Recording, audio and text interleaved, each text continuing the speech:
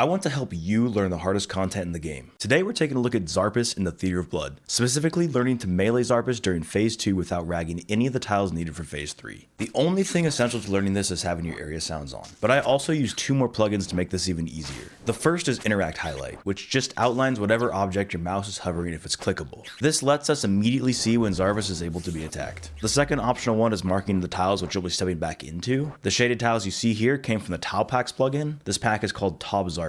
I also added the 2 blue tiles as a reminder to where to start the dance from. These start tiles are important because your character will round the corner correctly when going north or south from these sides. If you try to start from the other 2 sides, your character will not path correctly and get stuck in poison. To set up this practice, work your way through an entry mode theater. It gives you unlimited attempts in each room, as well as food and boosts with the given bandages. I'm starting off with the sound that you're going to be listening for. This is your cue to click back.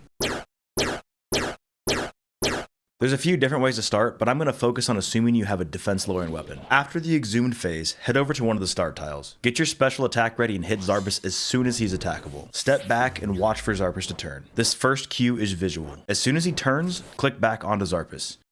You'll hear the sound almost immediately, so get ready to step back again and then immediately click back to Xarpus. You are now in cycle. I have the visual metronome turned on so you can easily see this 4-tick cycle in action. I'm always stepping back from Xarpus on the same tick number and attacking the very next tick.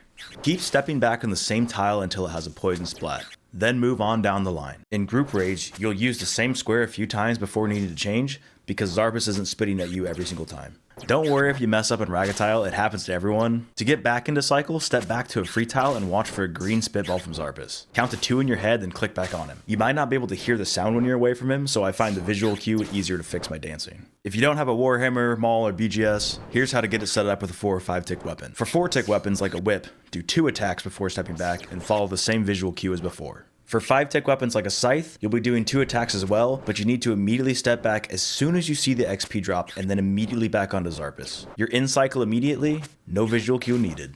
That should be everything you need to get started with Xarpus dancing. If you want to reset the room, just stand in a poison pool and try again.